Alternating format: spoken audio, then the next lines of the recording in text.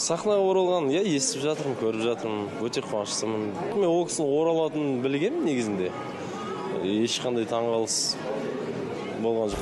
Керменбаевтың Жанардың өнеріне күмәні болмады. Хамитова да Нұржан мен ән шырқауға қарсы емес екенін ашық айтқан еді алғашқыда. Неге болмасқа, если он предложит, давай там запишем. Қазір енді может Нұржан келер. Бірақ өмірде тағдыры тоғыспаған екі жастың өнердегі шығармашылық тандемі де жалғаспайтын секілді. Халық ол кезде дұрыс түсінбей қалады. Сондықтан Жанармен мен қайтып дуэт жазбаймын, ол мүмкін емес. Керменбаев пен Хамитованың арасындағы достық қарым-қатынаста сақталмапты. Жуырда Жанар бұрынғы бойфренд жайлы біраз әңгіменің бетін ашқан еді. Ғаламторда тараған қауесетке қарабала қатысы жоқтығын байқатты. Қазіргі таңда бір доспыз деп айта алмаймын.